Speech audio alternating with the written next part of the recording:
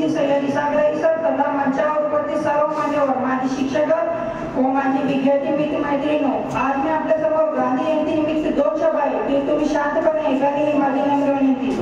आज 2 ऑक्टोबर आपण महात्मा गांधी यांची जयंती साजरी करीत आहोत। प्रथम तुम्हा सर्वांना गांधी जयंतीच्या खूप खूप शुभेच्छा। महात्मा गांधीजी हे आपल्या भारताचे स्वातंत्र्य सैनिक होते। त्यांचा जन्म 2 ऑक्टोबर 1869 रोजी गुजरातमधील पोरबंदर या गावी झाला। त्यांचे पूर्ण नाव मोहनदास करमचंद गांधी हे होते। महात्मा गांधी यांनी सत्य आणि अहिंसेचा मार्ग स्वीकारून भारताला एक स्वातंत्र्य मिळवून दिले। त्यांनी इंग्रजांविरुद्ध अनेक आंदोलने केली। असहकार आंदोलन, सविनय कायदेभंग, दांडी यात्रा, चंपारण सत्याग्रह ही त्यांची महत्त्वाची आंदोलने होती।